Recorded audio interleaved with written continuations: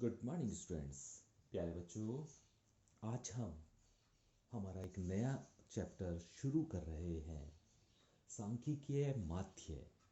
ये चैप्टर भी बहुत ही इम्पॉर्टेंट चैप्टर है और प्यारे बच्चों, आपके सिलेबस के अनुसार ये आपका आखिरी चैप्टर है। तो इसलिए इस चैप्टर को भी बड़े अच्छे से समझिए। इससे पहले जो चैप्टर आपको बताया गया था, उसमें जो क्वेश्चन आपको बताया गया था टैली मार्क वाला, उस क्वेश्चंस को आप बहुत अच्छे से कर लें, क्योंकि उम्मीद है कि इस बार उनमें से एक क्वेश्चन अवश्य रूप से आपसे पूछा जाएगा। ठीक है, 3 क्वेश्चन बड़े आते हैं, तो एक तो पिछले वाले चैप्टर में से और 2 इस चैप्टर में से पूछे जाने की पूरी उम्मीद है। तो इसलिए इन दोनों चैप्टर को आप बहुत अच्छे से समझकर अच्छे से इन्हें करें। तो आइए शुरू करते हैं प्यारे बच्चों, चैप्टर नंबर 23 सांख्यिकीय माध्य, जिसकी एक्सरसाइज 23 है। ठीक है, तो इसमें अलग अलग मेथड्स दिए गए हैं, उन मेथड्स को मैं आपको बताऊंगा। तो आज मैं आपको सबसे पहले समांतर माध्य बताऊंगा। और आप प्यारे बच्चों, यदि आपको ध्यान है तो आपने ये चैप्टर समांतर माध्य निकालना, माध्यिका निकालना 10th क्लास में भी सीख लिया है। इसलिए अगर आपको 10th क्लास का याद है तो ये चैप्टर आपके लिए और भी आसान हो जाएगा। और अगर बाय द वे नहीं याद है तो आप अच्छे से इसे समझने की कोशिश कीजिए, इतना मुश्किल चैप्टर नहीं है। तो आइए प्यारे बच्चों, हम शुरू करते हैं समांतर माध्य।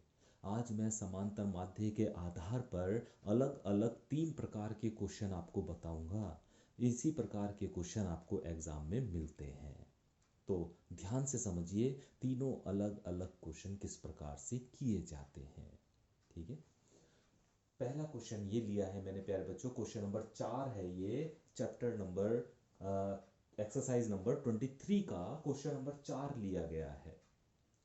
इस तरह कुछ संख्याएं आपके पास लिखी गई हैं और कहा गया है वे समांतर माध्य ज्ञात करो।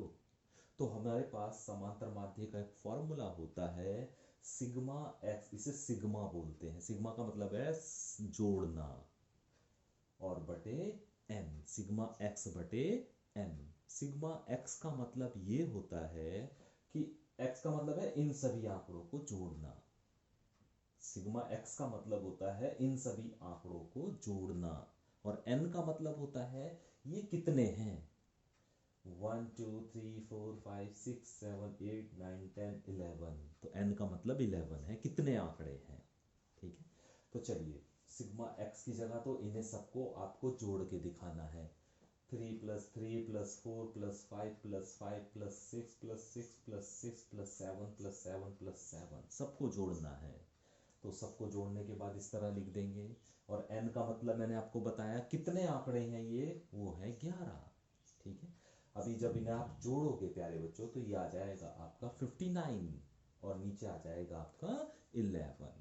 ठीक है, अब चूंकि 11 से 59 कैंसिल नहीं होगा तो इसे आप यहां पर भी छोड़ सकते हैं। तो समांतर माध्य जो हो जाएगा वो हो जाएगा 59/11। तो ये पहला मेथड है समांतर माध्य का। जब इस तरह संख्याएं दी गई हो और आपसे समांतर माध्य पूछा जाए तो इस तरह आप समांतर माध्य ज्ञात करेंगे। मुझे उम्मीद है कि ये पहला मेथड आपको समझ में आ गया होगा समांतर माध्य का। अभी एक और सवाल समांतर माध्य का लेते हैं, उसे भी आप ध्यान से समझिएगा। देखिए प्यारे बच्चों, ये दूसरा मेथड, जो दूसरे प्रकार का क्वेश्चन है उसके बारे में अभी आपको बताया जा रहा है। पहले प्रकार का जो क्वेश्चन था प्यारे बच्चों, उसमें आपको सिर्फ आंकड़े दिए गए थे और समांतर माध्य ज्ञात करना था, और कैसे करना था वो आपने पहले सवाल में सीख लिया है ना। अभी हमें सारणी के रूप में सवाल दिया जाएगा। अभी हमें सारणी के रूप में सवाल दिया जाएगा, और क्या दिया जाएगा, प्राप्तांक ये दिए जाएंगे, बारंबारता ये दी जाएगी, ये नहीं दिया जाएगा, ये हमें खुद निकालना है प्यारे बच्चों, है ना। तो हमें ये दोनों चीजें दी जाएंगी, प्राप्तांक जिसे हम x के द्वारा प्रदर्शित कर, प्राप्तांक की जगह कुछ और भी लिख सकता है, पदों की संख्या भी लिख सकता है ना, कुछ और भी लिखा जा सकता है ना। तो इसे हम x के द्वारा प्रदर्शित करते हैं, और जो बारंबारता होती है उसे हम f के द्वारा, स्मॉल f के द्वारा प्रदर्शित करते हैं। ठीक है, तो हमने प्राप्तांक लिख लिए जो दिए हुए हैं, ये तो हमें 8, 10, 12, 14, 16 और इनकी बारंबारता भी आपको दी जाएगी। 4, 7, 8, 7, 4 ये बारंबारता भी दी जाएगी। ये आपको प्राप्त दिए जाएंगे और उसकी सहायता से हमें समांतर माध्य ज्ञात करना होगा। ठीक है, तो सबसे पहले क्या करेंगे प्यारे बच्चों, f और x की गुणा करेंगे। f की और x की गुणा करेंगे, यानी दोनों जो सामने वाले आंकड़े उन्हीं की गुणा करेंगे।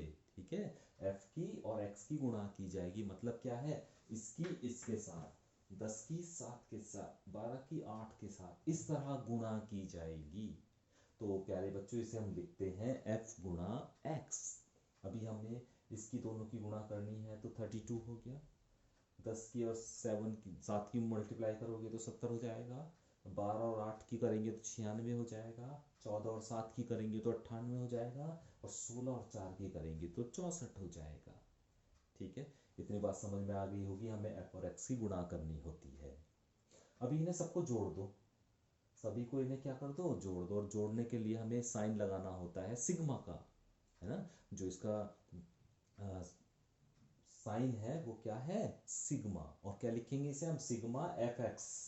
सिग्मा एफ एक्स क्या लिखेंगे इन्हें जोड़ने पे, सिग्मा एफ एक्स बराबर, इन्हें जोड़ दीजिए सबको। जोड़ने के बाद कितना मिल गया आपको, 360। ठीक है, फिर हम सिग्मा एफ को भी जोड़ेंगे, एफ वाले पदों को भी जोड़ेंगे, बारंबारताओं को भी जोड़ेंगे, जिसे हम लिखेंगे सिग्मा एफ। क्या लिखेंगे, सिग्मा एफ। और बराबर, जब इन्हें जोड़ोगे तो ये आ जाएगा आपका 30। अभी इतनी बात समझ में आ गई। सब ये हमें दिया जाएगा, हमें f और x की गुणा करके दिखानी है, इसे जोड़ना है।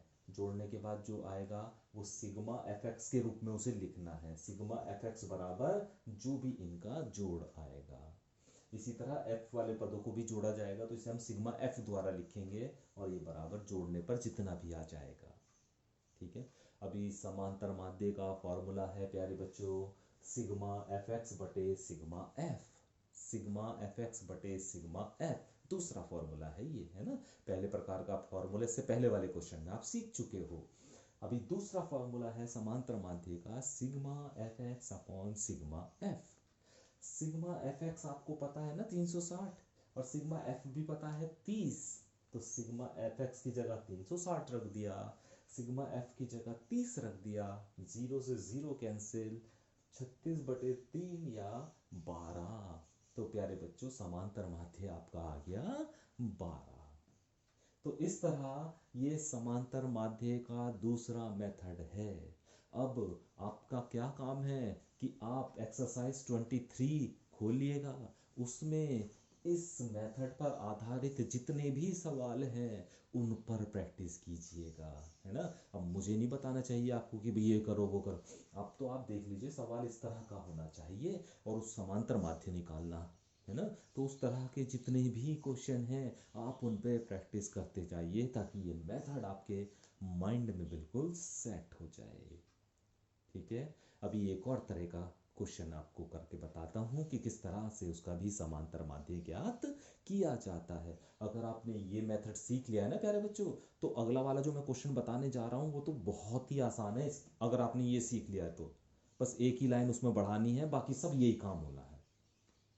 बस एक ही लाइन का फर्क रहेगा, एक ही कॉलम का फर्क रहेगा, बाकी सब ऐसी के ऐसी चलेगा। तो आइए सीखते हैं एक और क्वेश्चन से।